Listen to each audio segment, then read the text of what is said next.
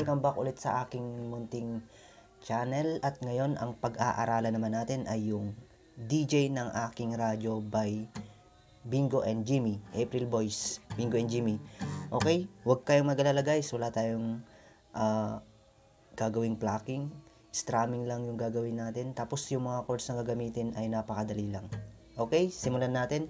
Una, ituro muna natin yung chords ng kanyang mga intro. Tapos, yun, tuloy-tuloy na.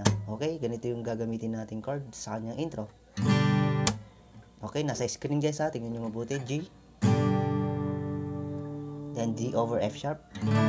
Yan, yung D. Tapos slash F sharp. Okay, turo natin guys sa mga hindi nakakaalam ng D over F sharp. Itong ring finger nyo dito sa second string ng 3rd fret. Tapos itong middle finger, itong 3rd string ng 2nd fret. Yan, tapos itong hintuturo dito 6th string ng 2nd fret. Ganyan yung D over F sharp guys. Pero kung hindi nyo kaya yan, hindi nyo sanay, ay pwedeng D yung gamitin nyo. Yan. Kaya D over F sharp o kaya D. Pero D over F sharp yung gagamitin ko rito sa tutorial guys ha. Sa mga nakakaalam. Pero sa mga hindi nakakaalam, ay ngayon nalaman nyo na, di ba? Okay, D over F sharp. Tapos next doon ay E minor. X, D. Tapos C. Balik ulit sa D. Tapos ito, mayroon tayong isang B minor. Yan. Kailangan pag-aralan nyo tong B minor guys. Wag lang yung simplified para matuto kayo at masanay kayo. Sa una hindi lang yan tutunog, pero ganyan-ganyan lang, ganyan pag sa una. Pero pag matagal na, parang wala na lang yan, parang sanay na kayo, tutunog na yan. Okay? Wag lang yung simplified chord guys, kapag merong bar chord, gusto nyo simplified, hindi pwedeng ganun lagi. Okay? Pero kung gusto nyo, pero wala, no choice na talaga, hindi nyo kaya B minor. Okay, ito na lang, turo ko sa inyo B. Okay, ano bang tuturo kong B minor na ano? Ito na lang. Ito. First string, 2nd fret, 2nd string, 3rd fret. Yan, tapos yung 3rd string, 4th fret. Okay? Katunog lang, di ba? Pero sa baba nyo mismo, strumming. Yan. Pero, mas maganda pag ganito pa rin. Para masanay kayo guys. Okay? Tapos ang B minor ay E minor ulit. Tapos A minor. At D sus4. Tapos D. Yung D sus4, naka-D siya. Nilagay mo lang tong pinky finger mo sa first string ng 3rd fret. Tapos bibitawan mo para maging D. Yan. Yung nasa screen guys, yung D sus4, then D. Okay, yung strumming naman natin, tig to 2 counts guys bago mo ilipat. Okay? Sige, tugtugin natin. Halimbawa, 2 counts ganito. 2 strum lang ng pababa. Okay, halimbawa, ito.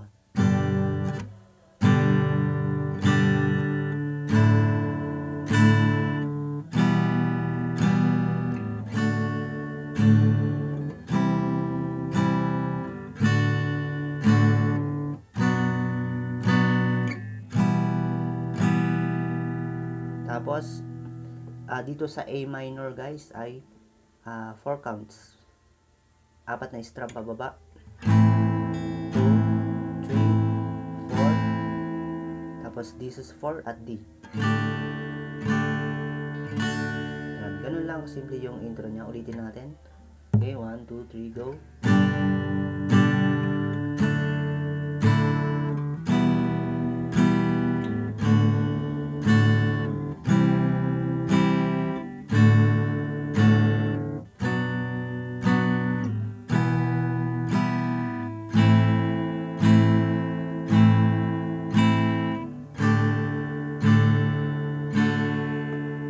Tapos, verse na guys. Okay, ganito yung verse niya.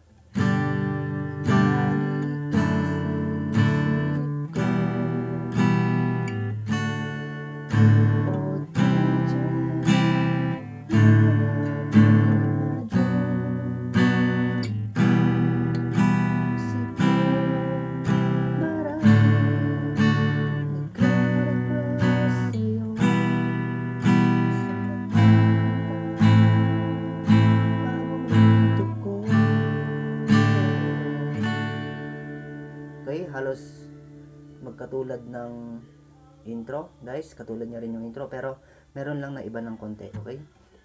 Ito yung mga chords niya. Yan, nasa screen ulit guys, tignan nyo mabuti. G, as D over F sharp. Yan, E minor, D, and C. As D ulit. And B minor. Next, E minor. Tapos ito yung naiba, C, mag-C ka. C. Tapos balik sa D. B minor ulit. Then E minor. Tapos ito, A minor, 4 counts ulit.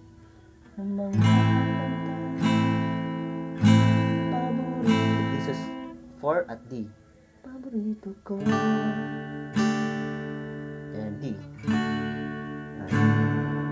Tig to 2 counts naman guys yung paglipat niya. Ito lang 4 counts dito sa A minor. Apat na strum pababa. Okay, then next doon ay yung second verse niya. Okay, tugtugin natin. Same pa rin. Bali 2 times yun guys ha, yung set na yun.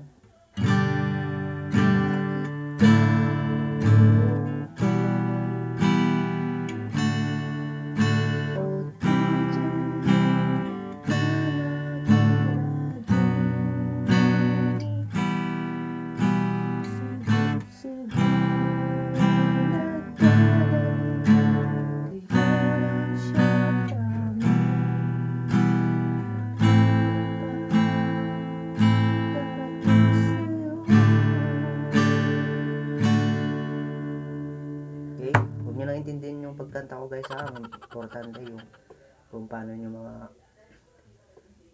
makuha yung pag strum tapos yung mga chords. Okay, then next doon chorus ganito. Isipin mo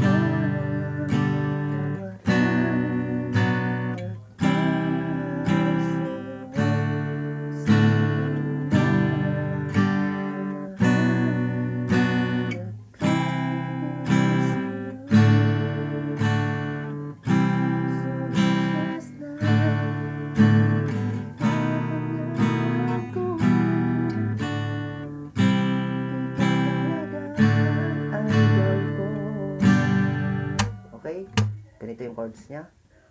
Nasa screen ulit. G, then B minor, C, D. Yan, yung 4 chords na yan, 2 times yung ulitin. Yan yung close and open parenthesis, tapos 2 times. Tapos next doon ay C, tapos D. Okay, next sa D ay ito B7. Hindi kayo familiar sa B7. Meron din dito, pero dito natin ituro. Ituro natin guys, hindi naman to bar chord, napakadali lang. Itong middle finger nyo dito sa 5th string ng 2nd fret, yan. Tapos itong hintuturo sa 4th string ng 1st fret. Tapos itong ring finger ay yan, nasa 3rd string ng 2nd fret. Ganyan yung B7. Tapos next, E minor. Then mabilis ka mag-D. Mabilis ka rin mag-C. Tapos balik sa D. Then interlude. Parang ulitin mo lang yung intro kanina. Okay?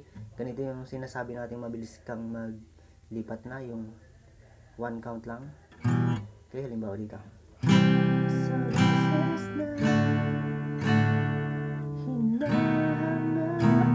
A minor.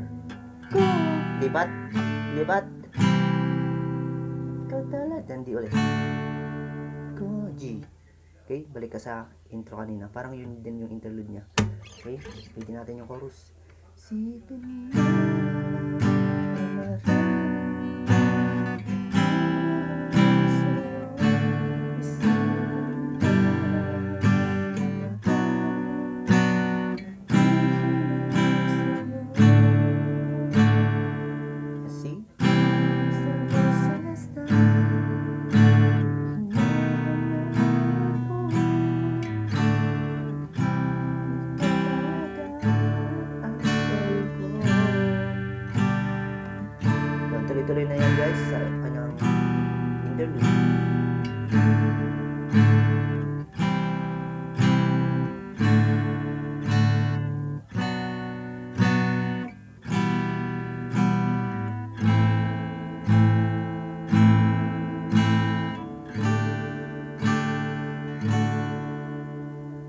Yon, tapos third verse, same chords.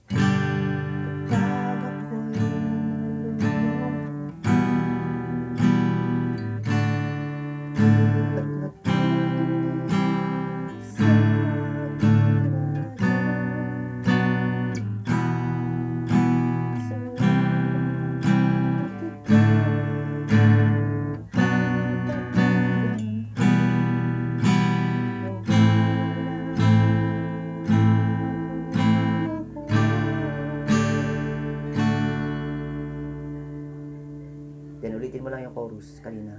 Isipin mo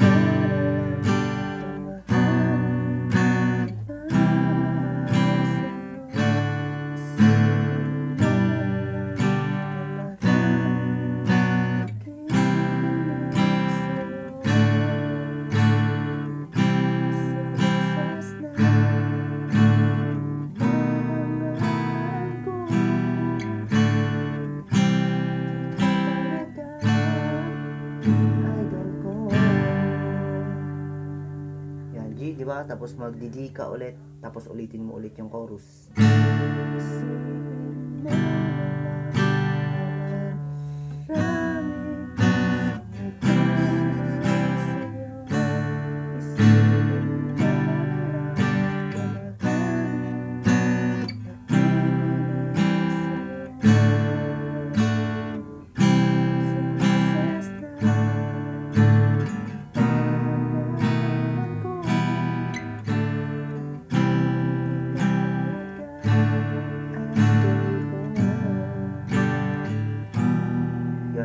Di ba nagtapos sa G, ikaw talaga ang idol ko. Tapos mag E minor ka, then A minor. Kasi ulitin mo lang yung ikaw talaga ang idol ko. Di ba inuulit-ulit mo doon.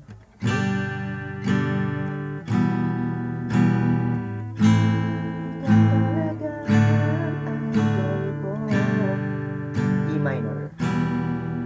A minor. D.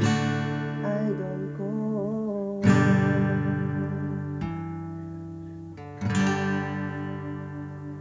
Yun, di ba? Napakasimple lang guys.